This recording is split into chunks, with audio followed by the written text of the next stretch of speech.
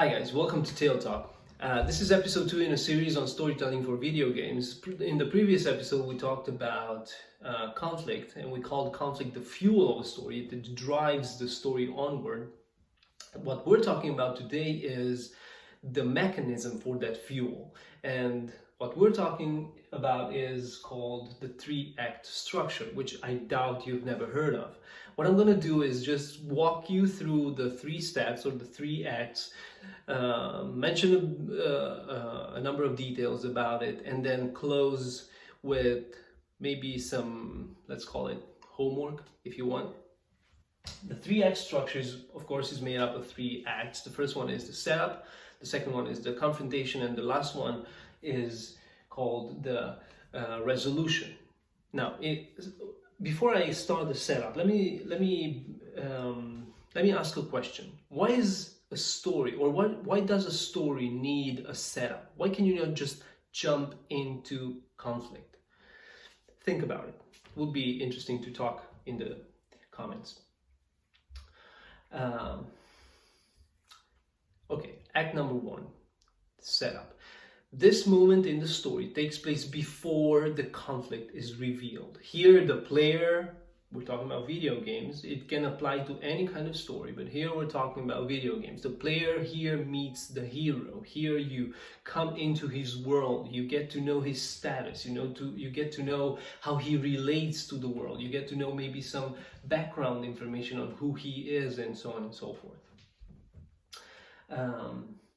Setup is also important because the hero that you get to know here in this act needs a place to grow from, right? You need to be able to look back and say, yeah, he looked like that, he was like that, he had those capacities, and now he's completely changed or somewhat changed or different, right?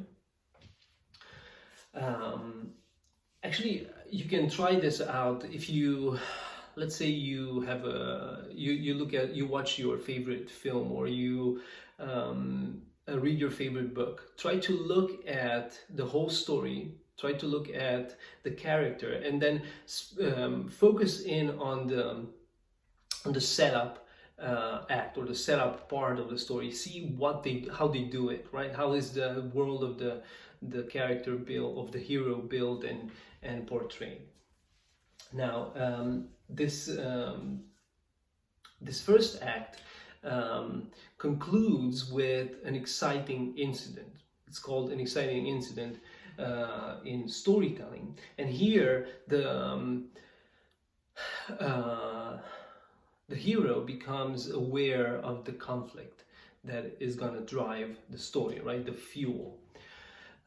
So, to finish with Act 1, the 3-act structure is extremely important for a story, because here you get to here you are introduced to who the hero is. You get to be introduced to what his world is, and then you get to get the first glimpse of the conflict, the inciting incident that will drive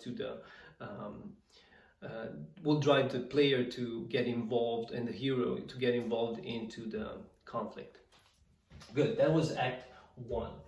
How about Act 2? Act 2 we said it's called the confrontation.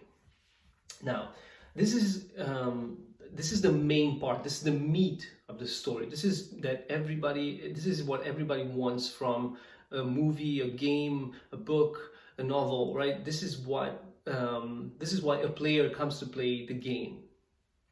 And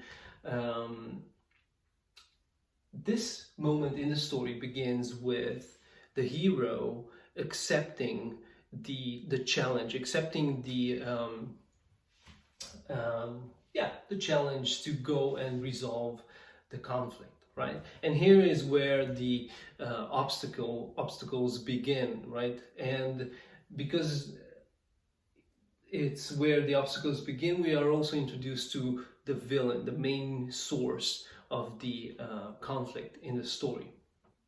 And if you recall, last week we said that the challenges or the obstacles along the way in a story are called sub-conflicts, right? So this is where the sub-conflicts begin. So it's in this part of the story where the main villain of the story will try to do anything to stop the hero from resolving the conflict. Um, about the size of this act, the size of this act is probably double the size of either the setup or the resolution. And because it's so long, some writers find it hard to manage it, right? What do you put in it? How many sub conflicts, right? For how long should the conflict last, right? What are the obstacles that you should introduce? How many, and so on. And because of that, some writers or some story developers introduce a midpoint, right? A midpoint in the story where which actually that midpoint of the second act becomes the midpoint of the entire story. And from usually the way it goes with most of the stories is that from that midpoint onwards towards the resolution, the story takes a different turn. Of course, along this second act, conflict builds and builds, and then we get to probably the moment that the second act ends on is when the main hero of the story realizes what is the path that he will have to take to solve the conflict. And now, act number 3, or the resolution of the story. As we said, this is the final moment of the story. This is where everybody, or the player mainly, and then viewers, in the case of video games, or in the case of movies or novels, the consumers of the story find out what happens. During this act, we see the hero doing his final effort to solve the conflict. Depending on the kind of story that you're playing, or the kind of video game that you're playing, he will either succeed or not, right? And then we can have a discussion on, actually this would be an interesting video to do and talk about endings of a story. And then we have, as a story developer or story writer, you get two options, right? Sad ending or happy ending. Usually sad endings are a risky business because you are not giving the player what he might want, right? Everybody wants his hero to succeed, right? That's why he's a hero. And here is where, here in the last act, in the resolution, it's where the villain is defeated. And most of the time through the solving of the conflict. Good.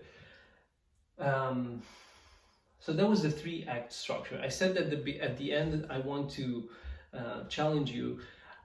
Actually, it would be very interesting if you would sit down next time you see a movie, or next time you read a book, or next time you hear somebody telling a story.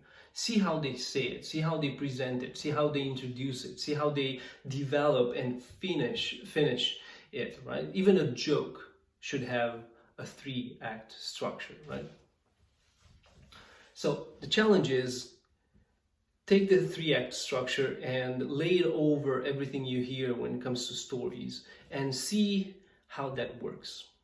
Judge stories from this point of view. See what you get out of that. So that was episode 2. Please subscribe, like the video if you liked it, leave a comment, and then in the description box you can find all kinds of links to Twitter, my Twitter account, my Facebook account, Instagram, different things, right? So if you have any comment, any feedback, anything, you're very welcome to write it down. And I'll see you in the next video. Bye, guys.